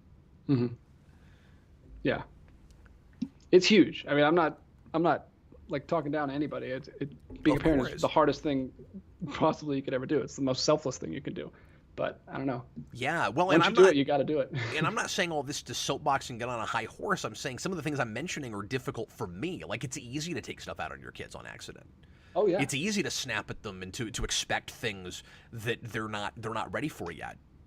Yeah, their brains aren't even developed yet. They literally, like, you can't. It's so hard. You can't get mad at them for just like having a emotional meltdown and just screaming. They can't help it. Sometimes. Yeah. And like the universal irritating children things or kids things where we're like, how come every kid says I don't know when you ask them why they did a thing where they clearly know why? I don't know. You can't come down on it too hard. It's universal. They're all gonna say that at some point. Every single one of them. There's not a kid alive no one on the planet in whatever language they speak has not at some point said that to their parents. Yeah. Cap, what do you have against Booster Gold? Name attributes of Booster Gold. No, he's arrogant. I mean, there's a lot of like charmingly arrogant characters, I realize, but he's irritating. I don't love the premise. I don't typically care about characters that come from the future and are trying to like live in the past. So that's part of it too. Is just that which is funny because one of my favorite characters in TNG is that, but it's a one-off episode. But yeah, characters that like come back from the future to the past, like trying to take advantage of people and making a big deal out of how great of a hero they are. I get the insecurity thing. I get the I get the point of Booster Gold. I've just never read a story with him, or rarely. Like, everybody's gonna bring up that Justice League episode. Yes, that's a great episode. It doesn't make me love that character or anything. Yeah, that's as well handled as I've ever seen that. It's just a personal taste thing. I don't know. I think he's got a dumb name, and I think he's got a dumb costume also. Sometimes it's all it takes with superheroes. Yeah. DNA. I don't have to like every superhero. You remember when we did a show once, somebody was like, what's a superhero you really don't like? And I couldn't think of anything. And now I'm like, oh, yes, well, there's Booster Gold and there's Jubilee and, Anyone gold, anyone wearing yellow or blue. It's so putrid. Cap's a Green Lantern. DNA, $5 super chat. Have you ever considered giving wrestling a shot? It has a lot of crossover with superhero stories, particularly character development as a hook. Oh, I thought you meant me personally wrestling. And I was like, no. I don't know how, if you can tell, I'm very tiny. I watched a little wrestling with my dad when I was a kid. He was not super into that, but he was a kind of casual fan. And I never stuck with it later on. I don't know. Yeah, it doesn't immediately appeal to me. Some say the key to parenting is watching wrestling with your kids. Yeah. Oh, is it? It might be. It might be. I can't get like the few times that I've tuned in for like 10 or 15 minutes just out of curiosity to see what wrestling is doing these days. It's still just guys usually like kind of half scripted or doing a lot of improv, but like knowing what like where they're all gonna go. Just like throwing a lot of smack talk at each other, and then doing stage wrestling. And like, I get people that don't care that it is staged. That's not really my problem with it. I don't really watch a lot of sports anyway. You know what I mean? So it's not like I would be watching wrestling if it was all real. Like, I still wouldn't care that much.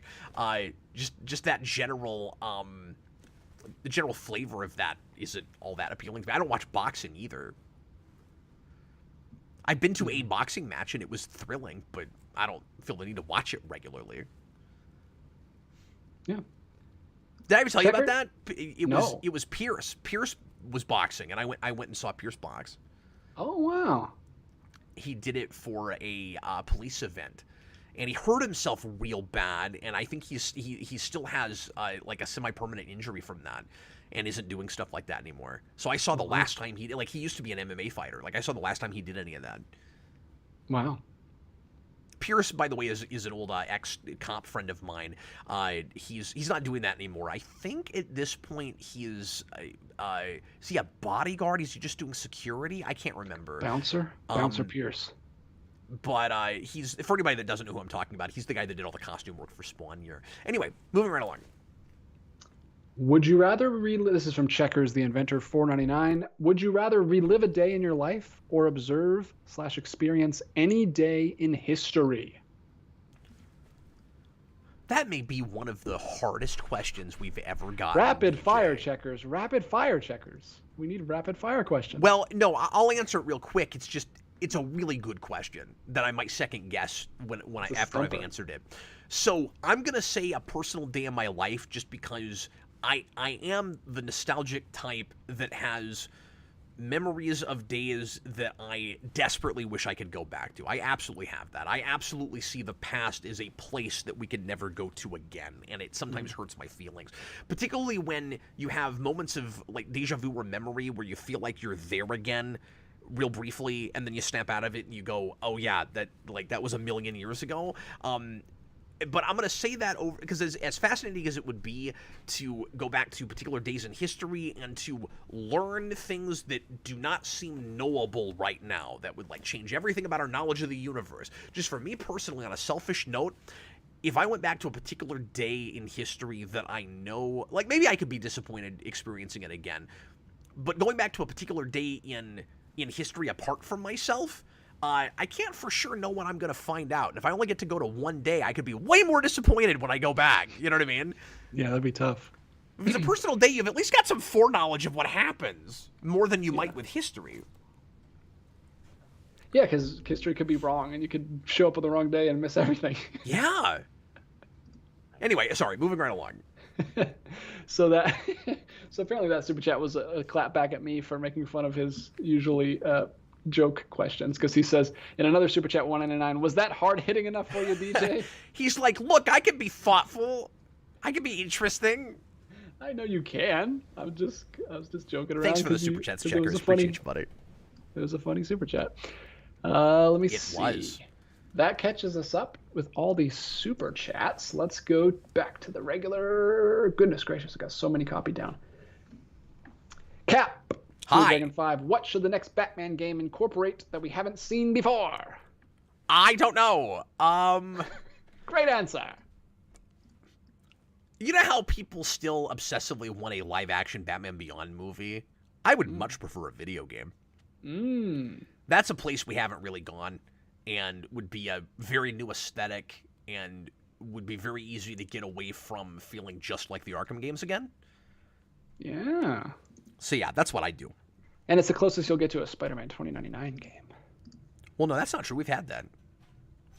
We've had half. That's and a true. Quarter. We need it full. Yeah, I mean, that would be really cool. You say that, why don't you just make a game in each of the universes of Spider-Verse? That'd be pretty cool. I mean, you could just do a Spider-Verse game that's each of those universes, but I think a whole Spider-Ham game could be really funny. I mean, there's a lot you could do with any of those things. Oh, yeah, make it an old-fashioned cartoon. Yeah, make it a cartoon thing. Make it Cuphead with Spider-Ham. That's what I was going to say. Yeah, absolutely. Okay, sorry, moving right along.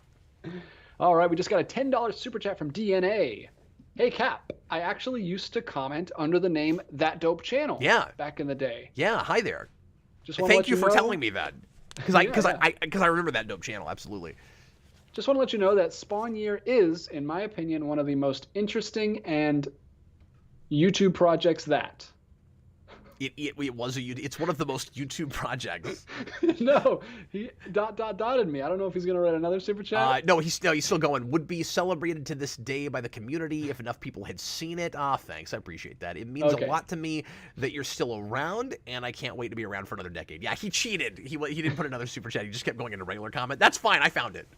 Yeah, it was $10 already. So thanks for the kind words. I really appreciate that. Yeah, I'm real proud of Spawn Year. I know that some folks, and they're right about this, feel like it kind of take the channel as far as continuing to grow like it was and bringing in new viewers, and it was a crazy risk, and I wasn't making enough of some of the other content that was bringing in new viewers, but I was honestly a little bit burnt out at that point on doing some of the other stuff, some of the other scripted stuff. And I mean, like, I don't get me wrong, I liked doing Rewind, but like I needed to write fiction, and that was my compromise so that I could do this thing and write fiction.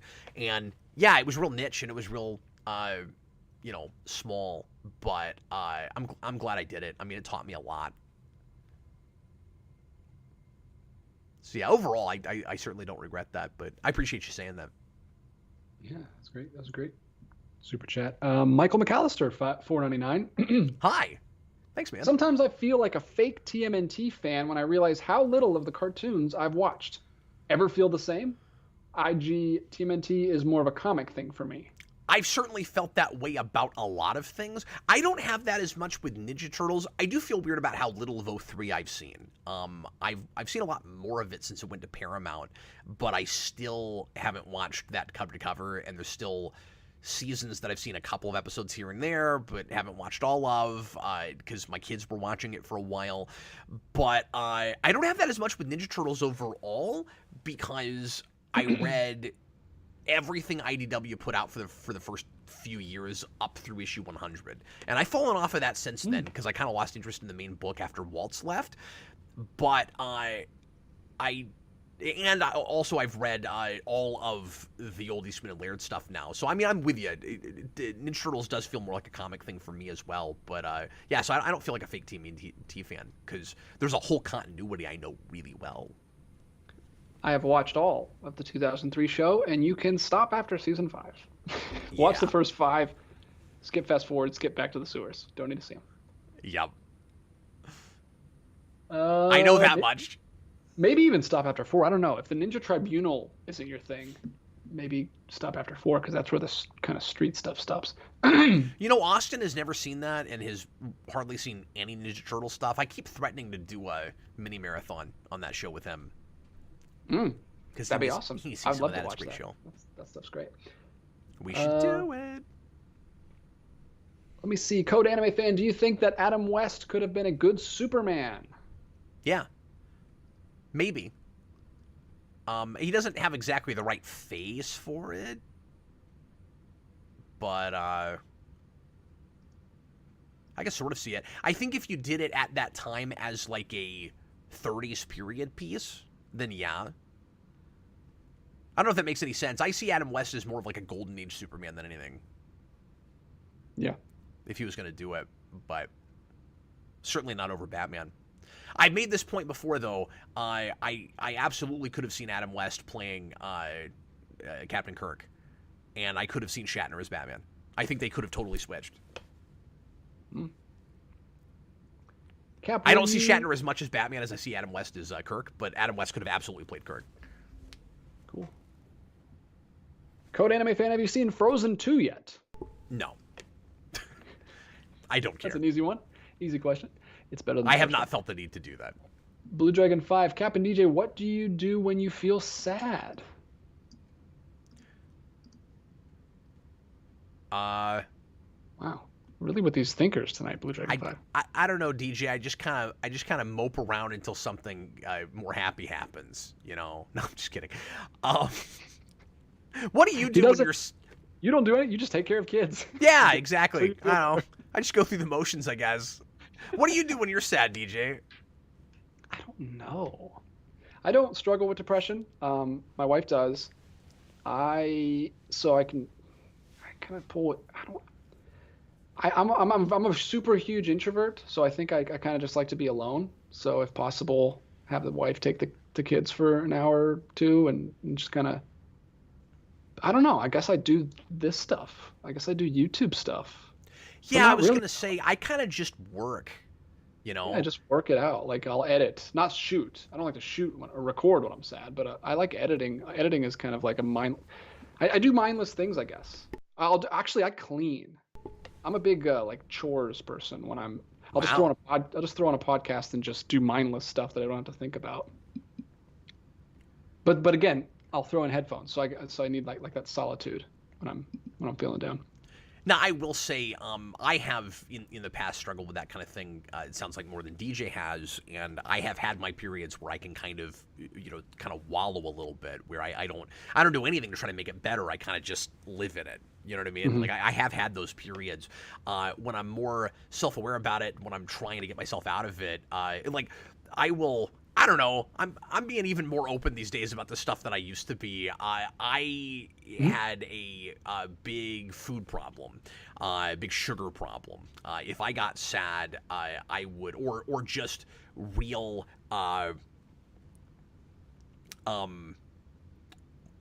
stressed out. I would binge eat. I'd eat too much. I'd go nuts with candy and stuff like that. Lately, as I've been getting in better shape, I have, I think, to some degree, learned how to replace that with exercise, which is really good. That's what we all ought to be doing when we're not feeling well, because not telling anybody what to do, but I just mean, again, biologically, when you exercise, it naturally releases endorphins that put you in a better mood, help you feel better. It's much easier to get over that kind of stuff and just forget what was even stuck in your craw when you get your heart rate up. And so that's a thing I've been learning to do. Yeah, I do that. Like that's more if I'm stressed or angry, though, not necessarily if I'm sad. But had a really bad day the other day, or like a couple weeks ago. I told you about this, Cap, where I ordered a new I dropped my monitor on the ground and shattered it when I got this new standing desk for Christmas, and then I bought a new one, and it came broken, and I paid a lot of money for it. And it got here broken from Amazon. And then that same night, I took the Christmas tree down and put a huge scratch all the way across our wood floors because we dragged it out to the front door. And I was really, really angry, and it was just a horrible night, and I was very angry. And I just went downstairs and like worked out until I was so exhausted that I just fell asleep. Hey DJ, that's rough. I'm sorry about that, man. It's okay. I'm good now. Let's tackle one more, and then I've got to close up shop here. All right. Ooh, that is some pressure on the moderator. Yeah, sorry, buddy. Quick, someone put in a super chat so I don't have to decide. All right, let me look through the pre-writtens here. No pressure on you guys, though. Well, the next one that was on my list was, how do you keep such an awesome attitude so consistently, from John Henry. Yeah, I don't know that I do. I try. I mean, I struggle with stuff just like anybody else does. Mm-hmm. You know, you put on a brave face for camera. It doesn't mean that I'm not willing to talk about, you know, issues and faults sometimes in this kind of context, I guess. But you know, everybody on the internet, I think, generally speaking, you're kind of social media and stuff. You're putting your best foot forward. Like, you're not gonna. Most of us, again, some people do this, but most of us, we're not gonna show you our, you know, worst days on Facebook. Yeah. Despite me just saying it, but that was because it was part of the question. I wouldn't have said that if it wasn't. Yeah, but I guess what I mean is, you didn't take a picture of your scratched up floor and post. Now, some people do that kind of thing, certainly. No, I didn't. I might post like a TikTok or something of me, because I actually got a video of me dropping my monitor all the way to the floor and it breaking on camera. I actually got it. You're still spinning it when you do that, though, right? It's still you having a good attitude about it. You're like, I wouldn't have posted it that. I'm playing this for comedy now. Like, I can laugh at myself. Like that would still be you know, having a good attitude about it. If you posted in the moment and you were just like, I hate everything, I'm ready to, you know, murder the universe because I scratched my floor up with my Christmas tree, you would look great, you know. I think we should end on this one from Robert Wild. Okay, sure. Where do babies come from? Oh, I'll tell you when you're older. You're not old enough yet, Robert. I guess the other answer is anything you want to know is on the internet these days. Read a book. There's no mystery left. No, you don't have to do that. There's no mystery left. Wikipedia will tell you where babies come from. I'm sure there's a lot of videos that in graphic detail will tell you where babies come from. Ooh, on YouTube probably. Yeah. Anyway. So we have answered 23 regular chat questions, 30 super chat questions. That puts us at 53. What a night. Good math. Well, that's not anything like the record, but it's not the worst we've done with this either. That's good. As long as we're, you know, staying consistent. I want to especially thank people for the questions that I was able to answer in basically a real quick yes or no. But thanks for all the other questions as well. We had a nice variety of different things. Big thanks, because I've got at least 20 more from the, like, they were really good at asking them today. Well, thank you guys. This was a lot of fun. I hope you guys enjoyed yourselves. This was a great landmark episode. Got to make a big deal out of every 50, just like Todd McFarlane. We'll see you again next Tuesday for another one. Tomorrow night, Austin and I, Brandon should be here. Jason may or may not be on that show. I'm not sure yet, but we're going to be doing another video game movie mania, and we're going to tackle the original 1990 Super Mario Brothers movie. So that should be fun. That'll be the second commentary I have on that, and we're gonna do one little fun gimmick with that I'm not gonna give away. It's not gonna be like it's not gonna take over the whole thing. We're not gonna play video games while we're watching it or anything like that. But we are gonna. You're gonna walk the dinosaur. Oh yeah, we should do that. We are gonna do what? Yeah, we get copyright flagged. We are gonna do one kind of silly thing in the background with that. That'll be fun. And then. What else do I want to mention real quick? I guess that's the rest of this week, because tomorrow's Friday, and then next Friday night is once again the new Smallville show. It's Counting Crypto Freaks, The Revenge, and I'm gonna watch with John, a new guest to the channel, an entire. And I guess a regular for this show. He's going to do all 10 of these with me.